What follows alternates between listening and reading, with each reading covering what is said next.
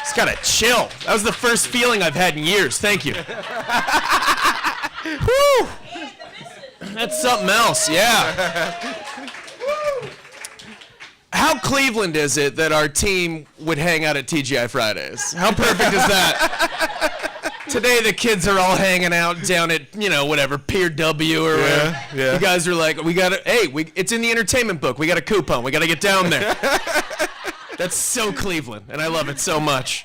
I'm so happy you guys hung out at TGI Fridays. Yeah, which one was it? Great Northern Mall. Great Northern. Yeah. Great TGI. Shout out to TGI Fridays and Great Northern Mall. Yeah. Uh-huh. Yeah. And you're not sponsored currently by TGI Fridays, but you're open to it. No, I'm not. Okay. I am open to it, though. Because it might get competitive if Chili's hears that you're on the market right now. You guys could get a bidding war going on. Can we work a little something? Uh-huh. I'll work on it. I'm already turning it over in my head a little bit. I got a percentage for you now. If you're just joining us, or you just got here and you wonder what the hell's going on, maybe some of you just wondered and you're like, why is this guy motivating everyone in front of... this is former Cleveland Brown, Earnest Byner, Thank you. He's also still a Brown, thank you. He just appeared on ESPN's 30 for 30, and we're going to talk to him a little bit about his life and career. My name is Mike Polk. Somebody made a horrible choice and decided to have me interview him. It's too late to turn back. I'm already up here. I have a microphone and a whiskey, so it's on. But I'm looking forward to it. Can I get a whiskey, too? I might need one. Would somebody get Ernest a whiskey, all right? Or Gin and Jack, it's fine. That'll be good. Jack and Ginger is what they call it, right? Is that what you had at TJ? yeah, TGI Friday. Make him a big margarita or a some mudslide. Jack. It was some Jack. So it might be odd that I'm up here interviewing you in a way, but I want to show you that I'm a legitimate Earnest Byner fan and prove to you that I deserve to interview you. Okay. And I'm going to do that by showing you first this picture, the first picture there. That's you, Well, I'll be dog. and that's me there on the left. As a kid at training camp. I was probably like fifth grade. I don't know how old kids are, but I was, and you can see that you're like, get the hell away from me. Right there. And and if you'll notice what jersey I'm wearing, I see that. that is an Earnest Byner jersey.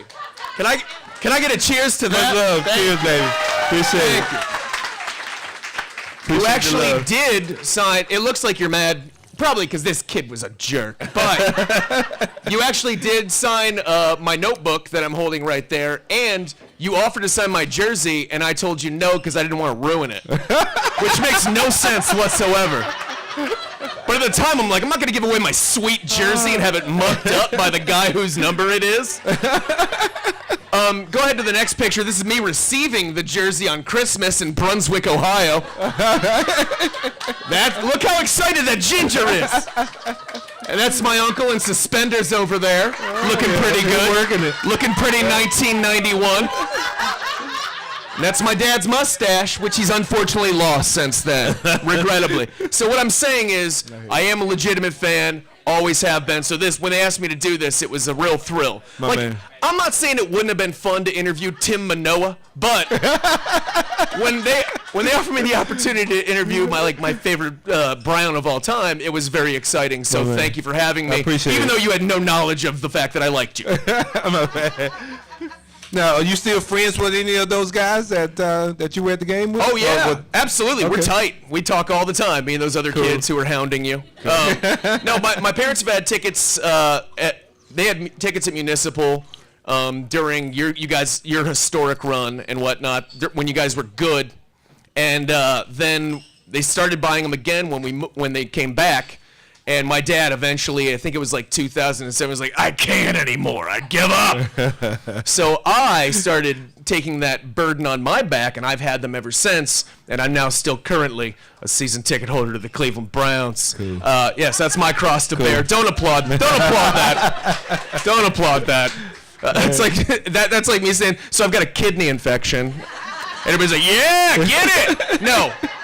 I still love it. I still love going to games and whatnot. But I used to get to go to games to see you play, back in the late 80s. Whenever I was never invited, I was always, my parents had 2 rows of seats with all their friends, and I got to go whenever somebody had gotten too drunk on Saturday night that they could not attend. They went to the bullpen and brought out Mike Jr., right. And I would get to go to games then. And you were rooting for that too, weren't you? I was like, drink up, Uncle Yutz, enjoy that. You know, because I would get to go then. So I saw some terrible things at Municipal Stadium.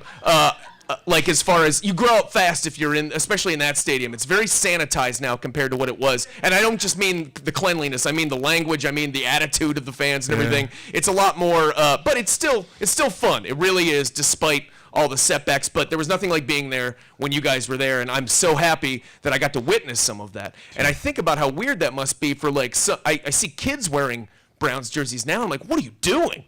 Like, because you've never seen anything but horrible football. So at least I had this connection to a time when you guys were good. So at least I got to experience that for a hot minute, which in a way is more cruel because then it was taken from me. Right.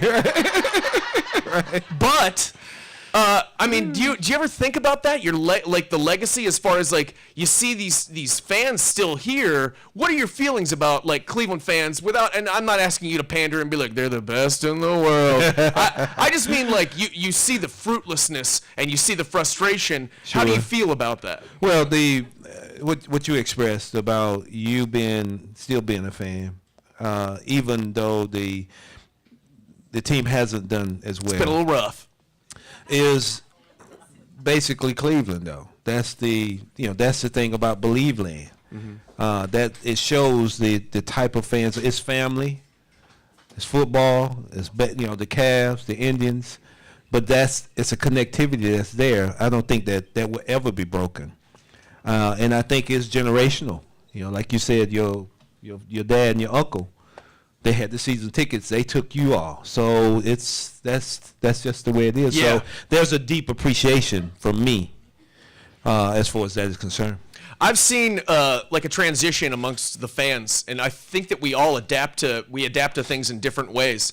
And the way that the fans seem to have adapted to Cleveland being pretty awful since they came back was the party moved from inside to outside. Now everybody's tailgating. It's a disaster. It's like MTV Spring Break Punta Cana out there before the games because people have a hell of a lot of fun out there knowing what they're about to go into. I mean, I remember tailgating. They're being medicated? Is that what you said? Yeah, pretty much. Yeah. I mean, that's their way of, it's a coping mechanism probably. But do you remember I remember you guys used to have to park actually outside in the Muni lot because we would wait by there and wait to try and get autographs and stuff. I think some of you guys got like good parking spots. Like it would always be like a backup kicker that we're like, hey, But do you remember that? I do. We had to walk across the road. We parked on the left hand side of the stadium. Yep. Down to the left. Matter of fact, right after the last light before you go by the stadium, we had to park right over there on that hillside. Right, and a bunch of jerks like us would wait there. What a terrible idea to have you park there. That's how much the times have changed. Like, can you imagine now Cleveland Browns just like walking out of their cars, parked right next to us, and walking up to like, gotta go into the game, go to work. Isn't that insane? I think that's one of the things that really kept us, somewhat humble too, though. You know, because and it connected you to the community. Absolutely, because we could actually see, feel, and interact. And how much of that do you think? I mean, I think that that's invaluable, and I think it probably is a reason that you guys had such a connection was you actually you were more involved. You were at TGI Fridays. Yeah. You were parking in the Muni lot. You guys weren't making the money back then that the players make now. No. So like, do you think that helped you relate to the fans more and sympathize? I'm mad about that too. I know you're hung up on that one. I'm mad, bro. But you guys were a lot more connected back then, and I think that they don't know the fan base like you guys knew the fan base, and I think that shows. And I believe, and I keep saying this, I'm sorry, but the Believe Land movie is something that can help with that. I think it's going to actually bring in maybe a different generation as well. Because when I walk around, and see some of the coaches. Mm-hmm. And some of the players, it's a lot of respect that is there. Okay. And exchange, and I think that's one of the things that shows what the fans, what the connectivity was about, what type of ball was being played at that point. And that's one of the reasons I make, I do the speech, is because it's a building thing. I believe it's a bridge. It's a way to get to that other side, and I think that other side is close. Well, we are ready. We are ready for that other side. So I'm going to run through just a little bit of history real quickly before asking any more questions. You were drafted by the Browns in 1984. You were drafted in the 10th round. The last pick in the 10th round. Last pick. It was almost 11th in round. The 10th yeah. round. Yeah. That's called getting good draft value, in case anybody's wondering, because that was a gamble that paid off, picking you in the 10th round. Now, just comparing that to current day, or relatively current day, you just remember that we did draft Trent Richardson with a 3rd pick. Yeah. So, maybe we could use some of the scouts that we had back then, apparently. Right. And I was really thinking about this, and I invite anybody to contradict me. I think that our best running back in Cleveland since you was probably Peyton Hillis. That's not great. Am I wrong? Is there somebody? No. Yeah. No contradiction. That's it. I mean, why have we had such futility at the running back position since you were gone? That's a good question. I can't really answer that. I mean, you have to look at the people being drafted. You have to look at the coaches that either tried to develop them or could not develop them. I mean, and as you know, even the quarterback position has gone through some issues as well. So right, one or two, yeah, yeah. It seems a bit in flux. No, I totally agree with that. Yeah. Hey, you guys just walked into an interview with Earnest Byner. Enjoy. Those poor confused hipsters. Now speaking of the current running game situation, can I get a quick evaluation? And you've coached, obviously. Tell us what you think of the Browns' 2 primary running backs right now, Isaiah Crowell and Duke Johnson. I think Crowell definitely has the ability to be a pounder. He has some big playability. I think he's probably one of the better pass protectors that I've seen in a while. That's good to see. That's good to hear. That's something that we don't know to look for as much as you do, honestly. Yeah. So it's good to hear that, like that they actually can block. Yeah, he has that ability, and his hands are pretty good too. I've actually seen him make a few nice catches. I think Duke, though, in my opinion, Duke makes everybody better. Yeah. I believe he has the ability to keep the defense off the field, not allow them to punt, make the linemen look better. If they miss a block or if something happens, he's able to set them up. And what I mean set them up is to put them in a position where their blocks are better than what they would be if another guy is in there. He has that ability. I'd say that your style is probably more in line with Duke Johnson. I mean, he's a pass catching. He's really a double threat there because it's almost like having an extra receiver on the field. Yeah, this quickness and explosion that he has, I think he has, and it's just my feel, he has the ability to be special. Are you comfortable going into this season, if you were the Browns, with the running, with the staff they have on the running game right now? Yeah, and the coaches that they have over there that. Because Hugh used to be a running back coach. Mm-hmm. They got Kirby, who's coached some good running backs. With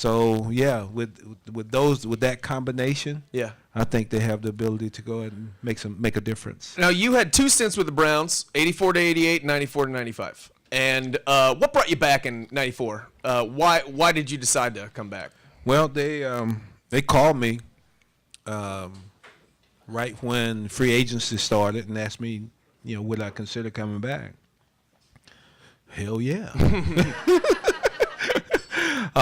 So I mean, it wasn't ever any conflict in my spirit about coming back. And to tell you the truth, the main reason is because I had come back to do some autograph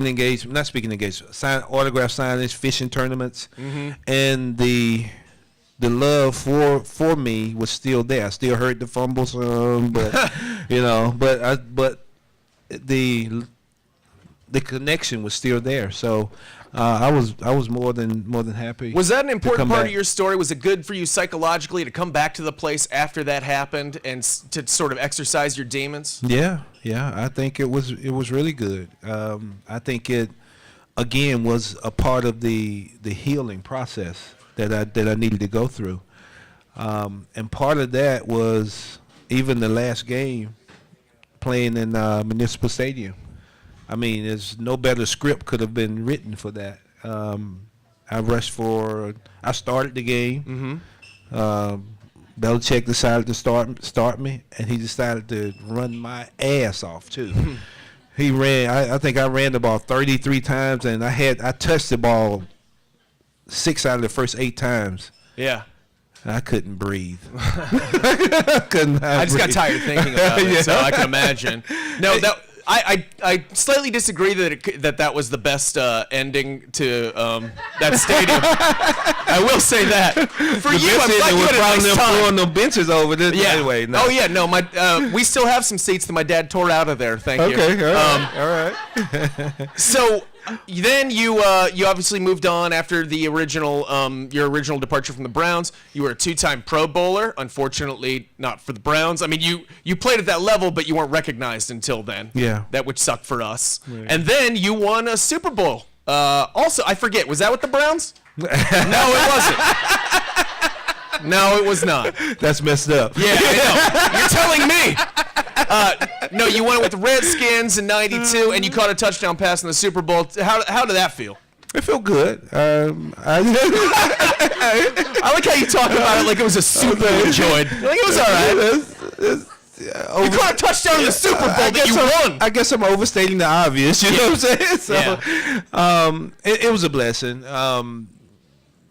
To me, the bigger game was the NFC Championship game. Being able to get past that game, I say this quite often. I was crying going to the game, and I cried during the game because I had been to that level with the Browns and didn't get past that hump. So that was the game that really meant the most to me. The win was good. And to me, again, the development process was continual. Even in that game, even after winning the Super Bowl, I was still thinking about what's next. And it's crazy. Wow, you set the bar really high for yourself. I'm telling y'all, Honestly, I was crazy. Yeah, that's drive right there. I was 5:30 the next day. We were going to go to the Pro Bowl. My wife and I were going to go there, and I'm thinking. I said, "What's next?" I mean, it just hit me all of a sudden. Boom! What's next?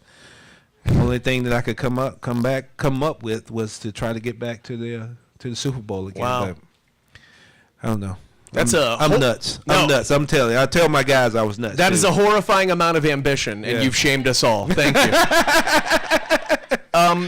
So we got to talk about the 30 for 30, obviously. Yeah. This was a big deal for the city. It was, but the number one thing that the person that keeps coming up whenever I talk to somebody about this is people just keep talking about your actual role in that film and how moving it was and whatnot. How did you get involved in it? And was it a good experience for you? It's a very good experience. I mean, we did. We could do Believe Land 2, 3, 4. Yeah. Because the amount of video that I did an interview for like 4 hours. Really? We sat down to do an interview for about an hour and a half. And we just kept going and going and going. I mean, it was amazing. Was that you letting it all out, sort of? Was it like cathartic for you to get that all off your chest? To a degree, but we were just we were talking about the story. I mean, and talking about more than just the fumble. It was a lot of experiences that we were talking about, and one of the things that really blessed me, and I could tell that it was going to be healing. is when we did the CIFF at Cleveland International Film Festival. When we did that, I could tell it was going to be healing for not just for me, but for a lot of people.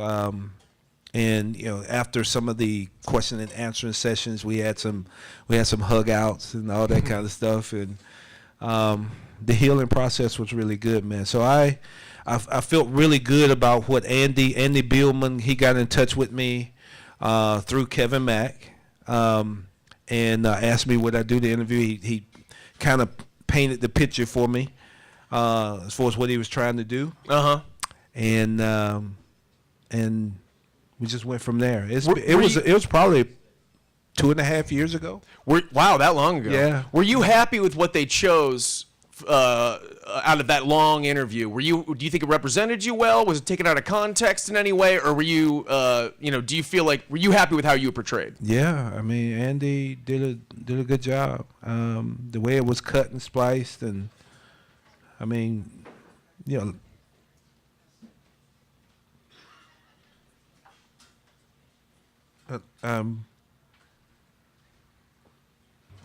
your time. We love you, Ernest.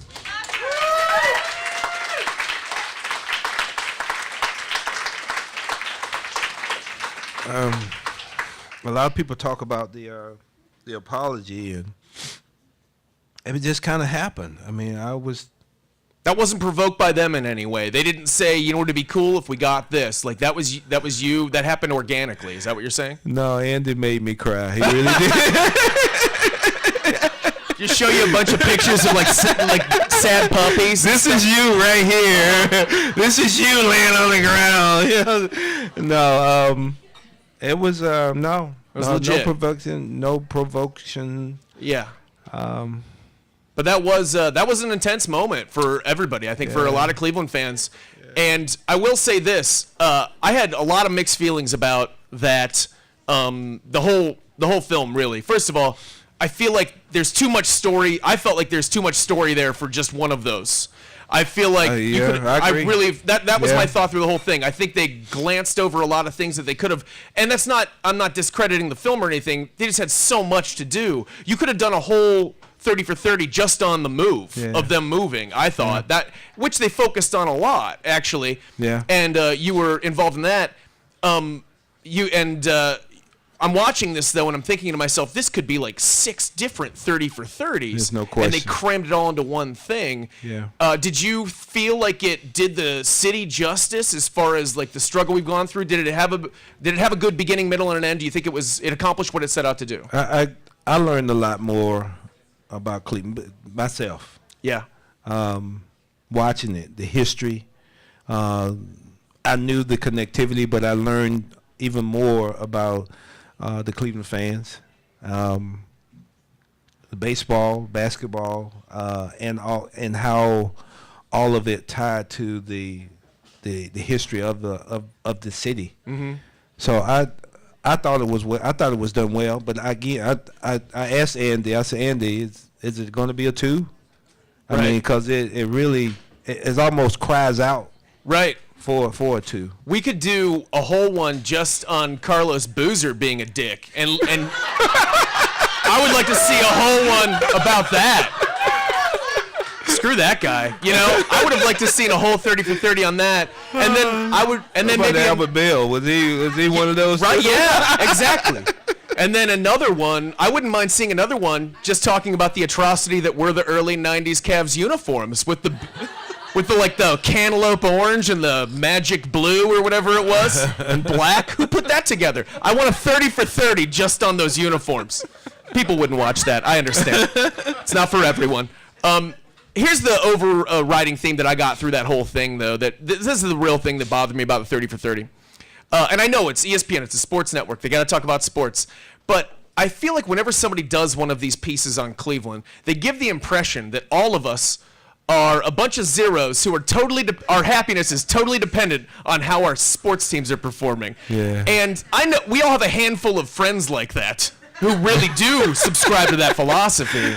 But for the most part, we are not just sitting here crying every night waiting for a championship. We're living our lives. We're experiencing the arts and culture and food of a great city. But it gives us this, it gave a vibe that we just like, we are all just sitting here just crying and waiting to die. Did you get that at all? No, I didn't get that. You didn't feel that? No, I didn't. All right, maybe that was just me. That's fun. I found that. But we have taken an ass whooping, though. We have. You're right. You're absolutely right. We have taken an ass whooping. Oh boy. In the actual 30 for 30, there's a lot of emphasis on. I felt like a large portion was devoted to the move, to the Modell move. Now I know that you had a relationship with him. He was always very good to you. How did you think they portrayed him, and did you think it was fair? I think they tried to bring some balance to it. I think they tried to bring some balance to the fumble, the drive. I mean, all of that. I think Andy did a good job of at least trying to give him the benefit of the doubt. Mm-hmm. No, they had some opposing opinions in there. Like his son's there. Yeah. With a picture of his father looming in the background, leering at him during the interview. I gotta think that might have had an influence. Maybe. And then his business partner or something like that, right? Bailey. Okay, yeah. Mr. So you had Bailey, those two guys going to bat for him, Yeah. and then everybody else, telling the truth. But did you think that when that happened, how did you feel for Cleveland? Well, I can tell you this. When I went out, shortly after the announcement was made, I ran into it was a bunch of levels of emotions that were expressed. And, some people were, really pissed. Had some people crying on my shoulder. I think it was a difficult thing. I mean, to me, it was like someone taking a family member from you, from the fans. I mean, that's what it ended up being because of that connection that's there.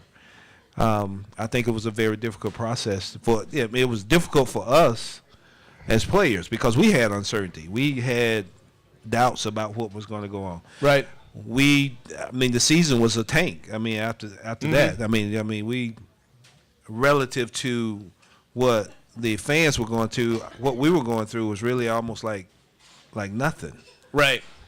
So it was, and he tried to make us comfortable. He came into the meeting, and he said that we're going to help your families out.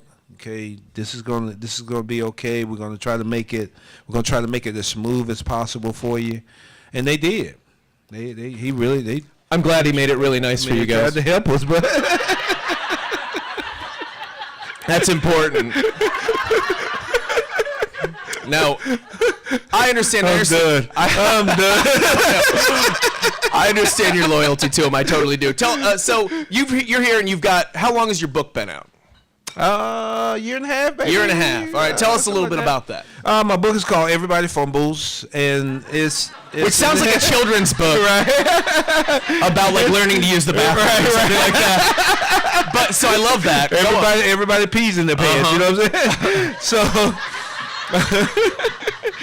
So it starts off with the fumble, but then it goes into about 53 other stories of development, and a lot of them include they're stories that I'm connected to and with, but it's about development. Just like I mentioned earlier in the speech, and while we were talking, is the process of development is continual, and the book is part of that process. Now, it's also was somewhat liberating and freeing to write it as well. So, sure, yeah, get it off your chest. So it's cool. And I tell my kids, pen your emotions, mm-hmm. pen your experiences, write them down, and you never know. Because right. it really helped me. And that's available afterwards if anybody wants to pick up a copy. Is that correct? Yes, it's yes. Great. I'm watching the 30 for 30, and I'm watching you, emote, and I'm feeling bad, frankly, for you in a lot of ways. And I'm thinking to myself, I want you to know this. You actually at one point look at the camera and apologize. You look right at the camera and apologize for letting us down. And here's what I want to make sure. I hope you know this. These people who have sent you hate mail. The people who said that you ruined their life and whatnot. That is not us. They don't represent us. I want you to know that. I mean, I hope you know that. I really do. And I'm not just saying that because we're 3 feet from each other and I have a hunch you could still beat my ass. Yeah. That's not why I'm saying that. This goes for everything. This doesn't just go for this situation. It goes for everything, I find. The loudest, most ignorant people are the people who get heard the most. And because they're loud and ignorant, and they want to be known, and they want to be heard. And it sometimes gives the impression that that is the feeling for the entire organization or group, or that collection of people.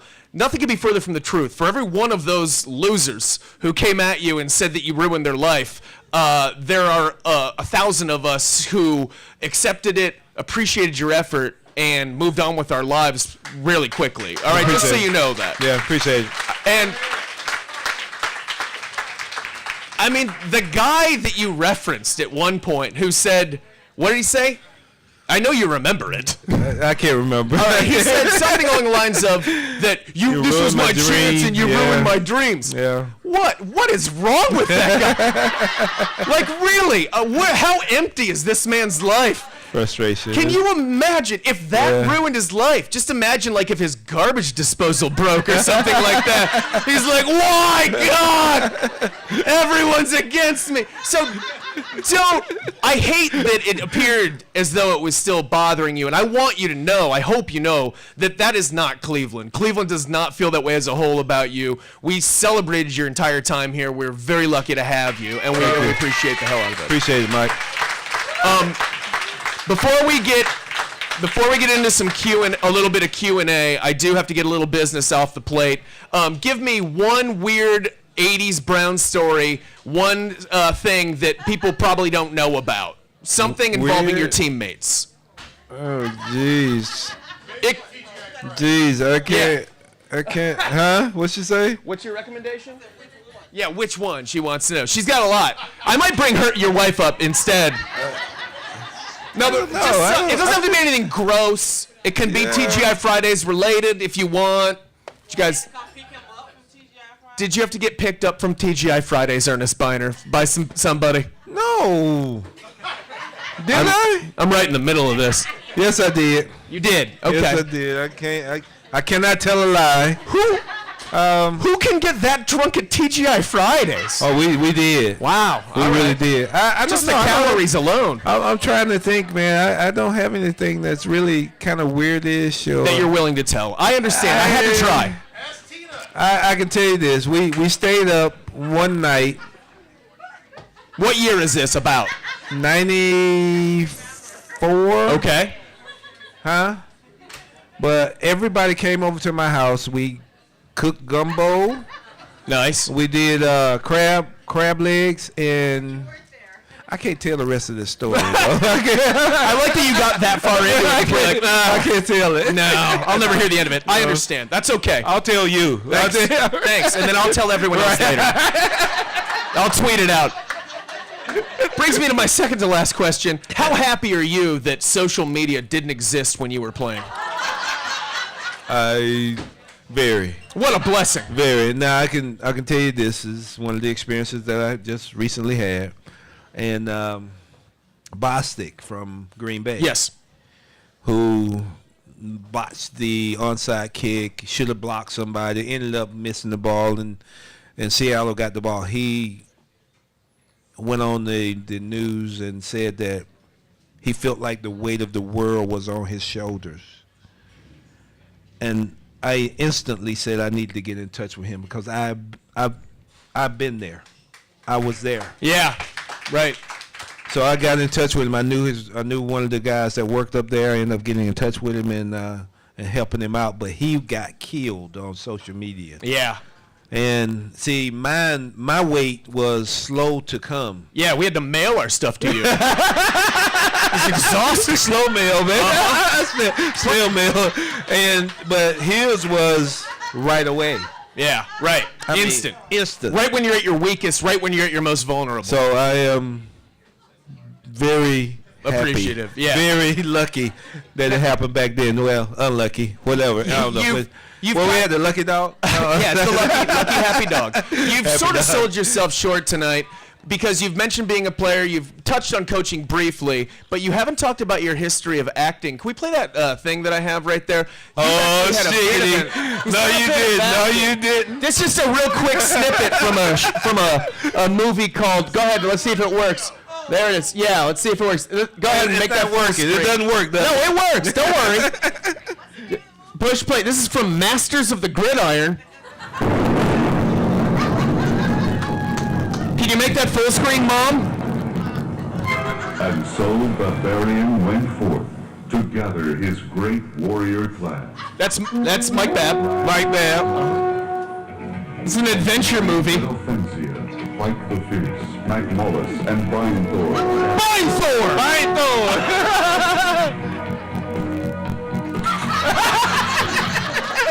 Hear me now! No words. Tiny Tim for some reason. Here comes your fight scene. Take up your swords in combat against enemies. You are looking fierce. Here he comes. Oh no! Get him! It's Michael Stanley singing. Uh-oh. Oh, there he goes. And you kill him. Michael Stanley, guy fighting a bear. Earnest Byner. That's cool. That's cool. Hey, I need that clip. I'll send that to you immediately. Maybe I can get on the Fast and Furious with that. You might be able to. By the way, that is available on YouTube because my dad had a VHS copy of it, and I put it on YouTube. So it lives on. Illegally. That's good stuff, man. Yeah, that's good stuff. I never got this back in the day, and I feel bad about it, and I actually still have my Earnest Byner jersey. And I'd be honored if you would sign it if it's not too expensive. Thank you very much. And by the way, I'm wearing that tonight afterwards. So, there you go. Anywhere you want. I know you don't remember my name. It's Mike. You can just put it... It's helping you out a little bit. Thank you. Yeah, I know. I really still own that. Uh-huh. No, I'm actually going to give it to my niece, and she's accidentally going to be the coolest person in her school. The dads will be like, look at this chick. It's great. Thank you very much. It's a nice... Good. That's awesome. Because you didn't do it back in the day, and I blew it. But it all comes full circle. Look at that bad boy, everybody. Very neat. Very neat. And then I just wanted to get one quick picture now since you're in a good mood. Can you stand up for a second? This won't be anything too bad. I just want a picture of me looking nervous while you're holding this baby.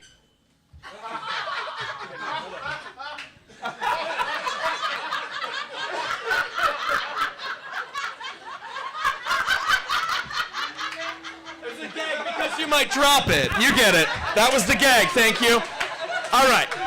Now, that's my new profile picture, in case anybody's wondering. Okay, so I think we are actually going to do the Q&A now, and then before we wrap this stuff up. And how do you want to do this? We want to form a line so they can hear them?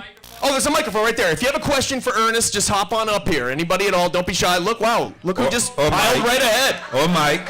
Everybody, form a line. Don't be shy. We got time for how many questions? Let's just set this now. 5 questions. All right, we'll start with you, sir. Why don't you tell us your name and what your question is? I'm Patrick Shepard Oh. from Cleveland International Film Festival, and and this does not count towards the 5 because I'm defying my own rule and not asking a question. But let me just say that you are in front of the funniest guy in Cleveland, if not America. And I will tell you, I mean, Ernest I was always a fan of Ernest growing up in Cleveland, and one of the great things about the festival is that it was the biggest film in festival history. Nobody has seen a film more times than Believeland. And Ernest, I mean, Andy Billman, the director, amazing. Everybody loved Andy, but the emotion that Ernest brought to all of those screenings, and that's what makes a film festival special, is the opportunity to engage people. And I mean, people were hugging him left and right. They loved Earnest Byner. He was amazing. So Ernest, I just want to thank you, and I hope that we see you around Cleveland a lot more. I hope so too. Very Thank you. nice. Somebody else, man up. Hop up here. Anybody else have a question? There you go. Hi, tell us your name and ask Ernest his question. My name is Kelly, and actually, I have a question for you. Because I was wondering what She's it been was. drinking now. I was watching I just wondering when he was going through his tough times, how it was for you, and how difficult was it for you to maybe support him? Tina!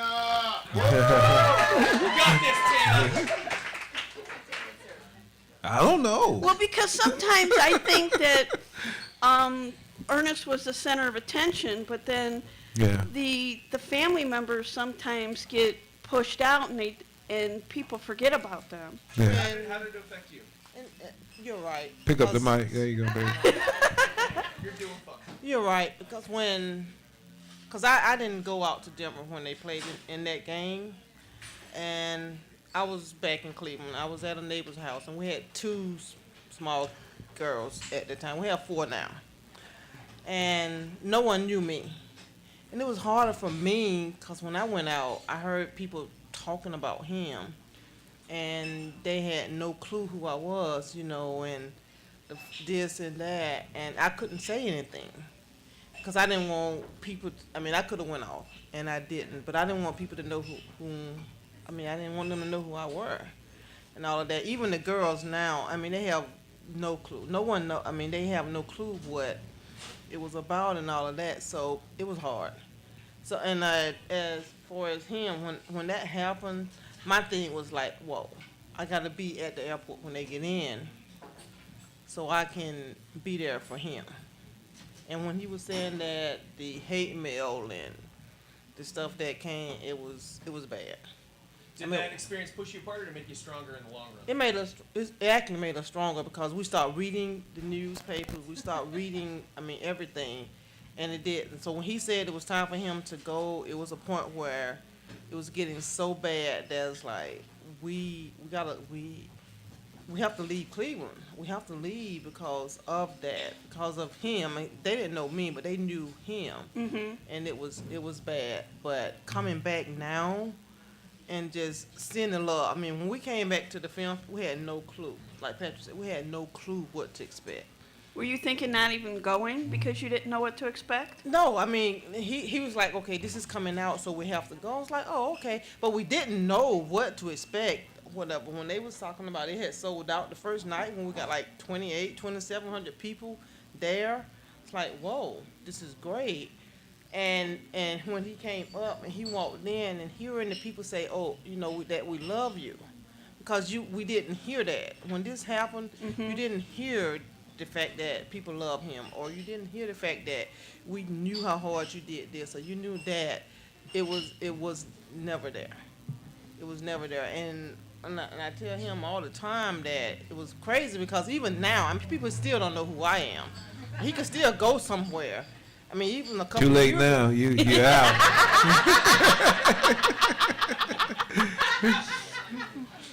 Like a couple of years ago, we was in Charlotte when the Browns played down there, and we had guys, some people in line, and all they was talking about was a form of this and that. But yet when they got up to see him, they changed their tunes. Like, whoa!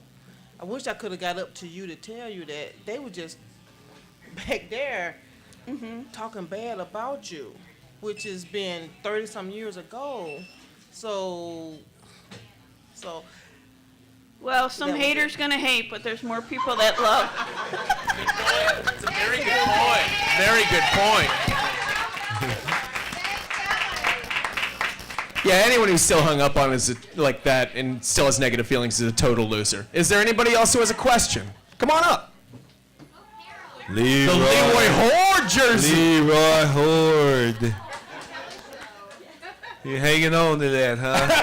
This is a hand-me-down. It's really nice. Well, my name is Carol, and now that the Johnny Manziel era has drawn to a close, I wonder what your thoughts are on these young kids that are just, they seem so ill-prepared by the time they get to the NFL.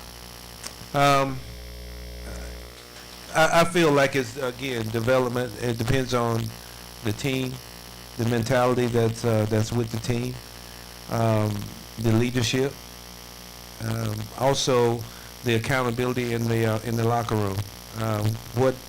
What's missing now from a lot of teams is that veteran presence and someone that can take some. If someone is struggling, ask them to come over to the. Because I used to ask guys to come over to the house. If I saw them struggling, I saw them dealing with some stuff, or I saw them doing some stuff that they haven't any business doing, or that's something that was going to hurt the team. We have them over to the house. I think those are some of the things that are missing now with the salary cap, with the advent of free agency, and now the veteran minimum keeps teams from being able to really keep guys that they would have to pay a certain amount of money. Like a veteran, like guy in his 8th year would have to be paid over $1 million, and that goes against the salary cap. So you can't keep a guy. So those things have, to me, hurt the locker room some. But now I think it's more the responsibility falls more now on the position coaches, the guys that have the ability and has the most interaction with the players. So you're going to have people that are going to be what I call carnage, that's going to be left by the wayside, and hopefully you're going to have more of those guys who are not making those bad decisions on your team that can help move it forward. So that's, in my opinion, that's what we need. That's what is needed in the league. And those are the issues that can keep it from being as positive or strong as it needs to be. The game is going to suffer if we don't get it, if we don't get that type of leadership that we need. And I say the game overall, but some teams are getting it. Pittsburgh, Baltimore. Pick some other teams. New England, Seattle. There, thank you. Those teams, they get it, and that's why you see them consistently in the chase. So if more teams start to see that, emulate that, I believe that that will help the league develop like we all want it to. Thank you for the question. All right. I have one last question for you, and that is, oh, good. Wow. Wow. Right. He's earned. Hey, cheers, baby. Don't leave Earnest Byner. Please. One last question. What's the best piece of coaching advice you ever received that you remember? Marty Schottenheimer told me years ago, he knew I wanted to be a coach, and he told me to say the same thing in as many different ways as you can. So that, because you never know, because you know everybody receives information differently based on their experiences. So he said say the same thing in as many different ways in your room while you're teaching. So just hammer it home, make sure it sinks in, and say it in a bunch of different ways. Yeah. Absolutely. Because it might affect somebody differently if you present it in a different way. Because the light will come on differently. Some and other, and let's say in her or her, it's going to be different. Right. How you interpret it is subjective. Absolutely. And that's what you do when you coach now. Absolutely. Yeah. Absolutely. And would you possibly be interested if anybody was looking, if the Browns were to offer you a coaching role? I can't speak for them. But yes. say that were to come up, would that be something you'd be interested in, would consider? Absolutely. Write your letters now, everybody. That's Mr. Earnest Byner. That is the conclusion of our presentation. Thank you all. One more hearty round of applause for number 44, my childhood hero, Earnest Byner. Dan, you want to come up? Thanks, Mike.